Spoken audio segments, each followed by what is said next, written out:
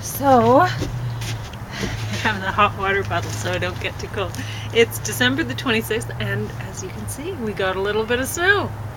So, we didn't have any for Christmas, but we did have hoarfrost, which is nice. So, anyway, I'm going to talk about a few books while James eats his tomato basil soup and V8 juice, and I don't remember what kind of bread that was. Probably flaxseed rye. We've been eating a lot of that lately because Bun Bun thinks it's good food. And I figure he'd probably know. So, anyway, and a pear. So, I already had tomato basil soup earlier. I don't know what I ate it with. Drawing with pen and ink. Now, this book came to me from Milo Public Library. I'm very thankful that they sent it. It's black and white, and there was a lot of writing in here, and it was really boring. But I got through it all, and I don't know. I guess, yeah, I learned a few things. I never want to draw. I actually don't like drawing. I hate it. I like coloring. That's what I like to do. So I focus on that, and I've done that my whole life, and I realize, I need to focus on drawing so that my coloring will be better, but I don't like it. So it's kind of, I don't know if I'm the best person to ask about the quality of this book then, because I don't like drawing, and I don't like reading about drawing, I don't like learning about drawing. It's work for me. So. Is that true? Yeah, it's true. I don't like drawing. So, I know, he likes drawing. Yeah, this is tough. Yeah. And so, anyway. Very tough. Do you even have a pen that you can use with this? Or? Yeah. Well, there you go. I was going to do it, and I'm just like, God, I don't want to do it. So, anyway, we'll see if I actually get any of the drawing done that I learned how to do from this book. We'll see. But, because I did get a couple good pens, and I don't know. Anyway, but one thing, like, the guy's talking about how drawing, at one point, I can't, I should have brought out my notes so that I would know what page to direct you to and stuff like that, but he's talking about how drawing from photographs is easier than drawing from life. And that is true back then, drawing from photographs rather than life. But if you think about it, if you have a really good model who can maintain that pose for hours without moving, then you're doing still life. It's a lot different.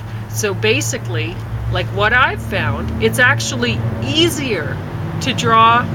Like if I was going to sit down and draw this plate with the toast, or not toast, just bread and pear, it would be way easier than me drawing from a photograph of this bread with the pear. I don't know why that is, but I disagree completely, because if I'm drawing children is hard. They move a lot. And drawing people is hard anyway, because you don't really want to look at them. It's kind of like you think of it as being rude or something to stare at people. So that's hard, right? And if you have a photograph, well, that's taken out of the equation, right? So there's that. But if you get past that hurdle of this is the person, if you look at the person who is standing before you, or sitting, reading a book, or whatever, I've drawn James while he's reading, because he does a lot of that. And I don't feel uncomfortable looking at James. I don't think he feels uncomfortable with me staring at him. So anyway, I can do that. And if I sit and draw him while he's just sitting still for hours, then that's fine. Or I used to draw when I had lizards, like geckos and stuff. Sit them down, there they are. And you can draw them just like you can any still life, because they're not going to move. Lizards lounging around. Yeah, they were good. Anyway, so my next one, Beginner's Guide to Painting with Oil Pastels. And this is by Tim Fisher. Now, when I first looked at the picture of Tim Fisher in here,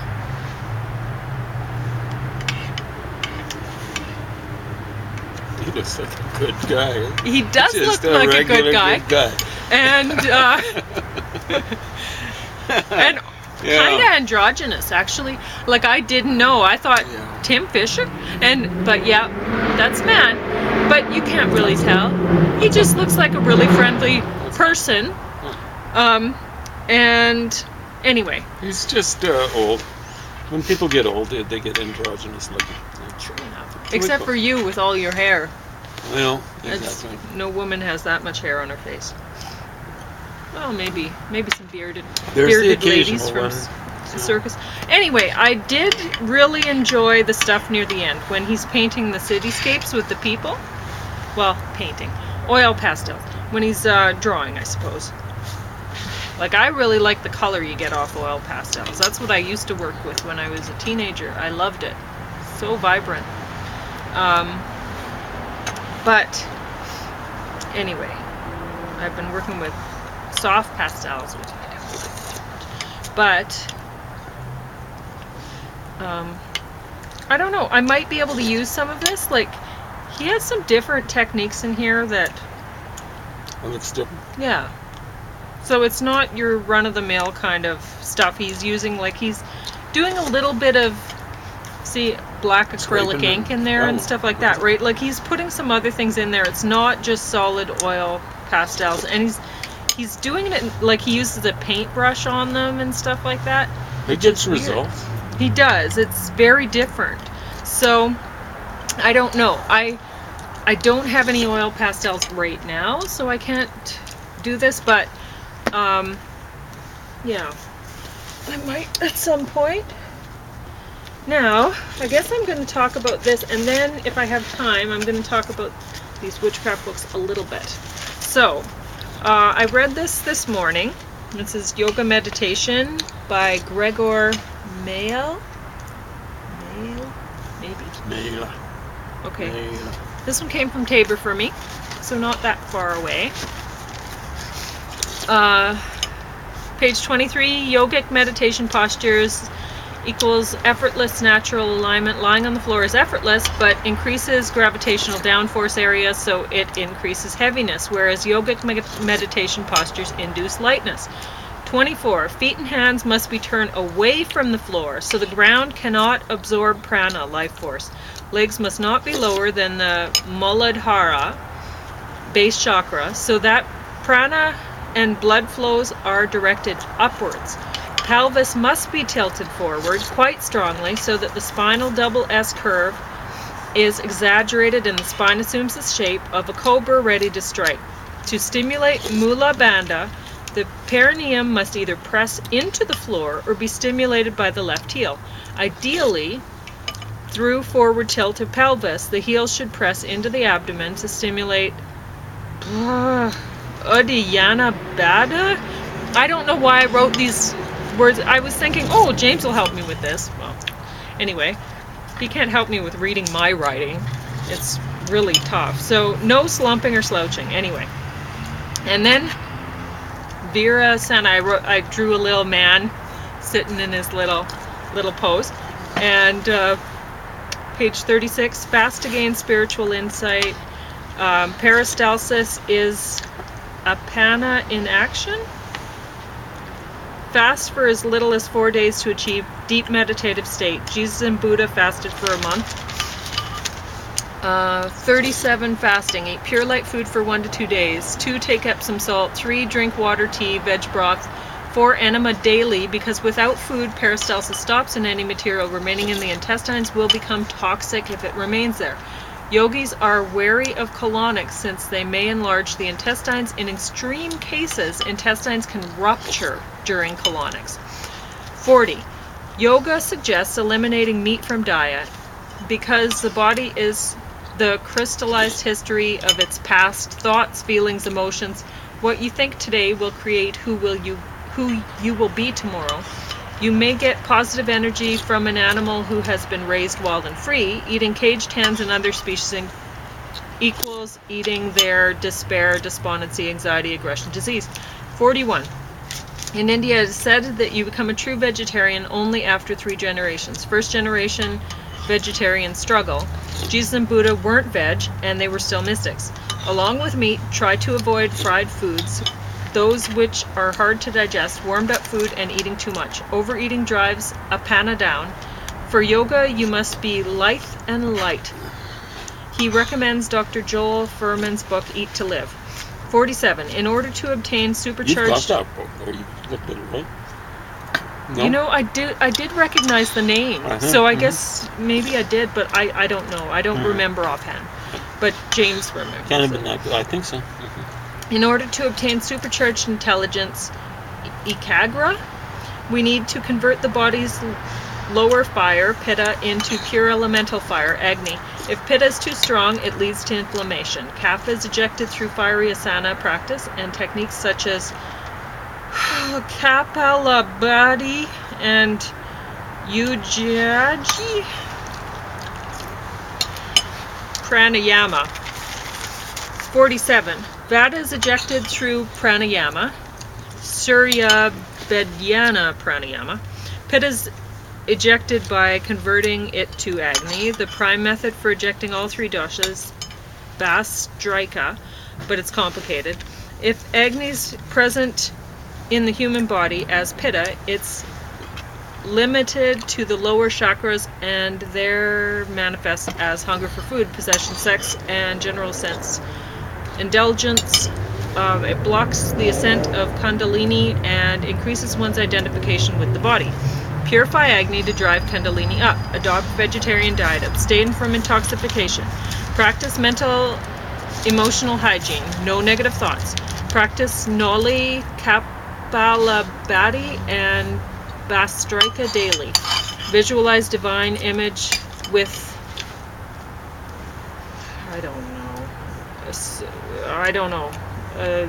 something. Visualize the Sushumna Nadi as fire. Practice the double up wave. Purposeful and creative thinking of aspiring thoughts. Receiving an active grace of the divine. 48. Sankalpa resolution uses thought creativity to sublimate our lower urges into our most noble aspirations. 61. Try to distribute breath. First half of inhalation to belly, then second into your chest. 62. First half of exhalation, deflate rib cage. Second half, deflate belly. Reclining 2-stage double up breath wave raises prana during exhalation. Inhale into belly first, opposite with exhalation. Body must be static, lying or sitting for this. Continue until you experience inhalation as a wave traveling up from the pelvis to the shoulders. 64. When breathing, be conscious of how your breathing is moving your vertebrae. As the wave moves each vertebrae individually, your spine is more fluid and healthier. 65. Reclining 3-stage double up wave. Distribute 1/3 of inhalation into belly, 1/3 middle, 1/3 upper chest. Rather than letting wave wash back down from top to bottom, exhalation up. 66. If you identify dead, dark, and numb areas of the body, direct breath there. 70. Try it vertically. 71. 6-fold up and down wave. Chakra breathing. Breathe through Sushumna, hollow through spine. Prana goes where Vritti goes, so focus on Sushumna. 6-fold double up wave. Kundalini rising. Focus on chakras during inhalation and exhalation, but instead of letting apana move down, one raises it during exhalation by focusing on chakras in an upward sequence. 73. Swami Niranjananda says that meditation may induce hypnosis if the mind is not kept sattvic, luminous. Energy channels must be pure. 76. Right brain is powered by left nostril. Left nostril will allow you to understand complex poetry, music, paintings. 77. Sympathetic nervous system, adrenaline activated with right nostril. Parasympathetic, rest, recharge, pleasure is activated by breathing through left nostril. Breathe through left nostril for meditation. Right nostril when reading nonfiction book. 83. Amrita, the lunar prana, leaves the body through the moon door's senses. 109. Once Pitta metabolic fire is transformed into pure elemental fire. You want this on your coat? The fire ignites Shushumna and uses it as a conduit to travel upwards. Hunger for food is transformed into a thirst for higher knowledge. Vijnana. Open, activate chakras in the right order. If you open third eye while below are closed, you may develop mental disorders. 121. Concentrate on 18 vital points, Marmathanas, and drawn prana from one to the other in ascending and descending order. 126. Awaken chakras for Kundalini with magical syllables Om Hem Yam Ram Vam Blam, whatever. And then, okay, there's a whole lot of the ham stuff, and that's quite boring to listen to. So if you want to know how to say it, then you just look at the book. And then there's once you've done that, you can visualize the 6 lotuses, and there's more of the breathing. In dogs, 50% of the brain possesses olfactory data to activate Muladhara chakra and bind olfactory sense engaged pelvic lock. They also said something about burning sandalwood incense for that, but I remember. And yeah, there we go. I don't know how much you want to know about this sort of thing. 142. The Soma chakra within the Ajna chakra is the lunar storehouse for prana. It is simply called the moon. The prana in it is called Soma or Amrita, the nectar of immortality. The nectar oozes from lunar chakra through gravity into the Manipura chakra, sun in the navel, where it's burnt by gastric fire, Pitta. The burning of Amrita equals loss of lunar life force, which is life-giving, nurturing, and anabolic. Apart from weakening the body and inviting death and disease, its loss weakens the mind. If the mind is weak, pratyahara, 5th limb of yoga, cannot happen.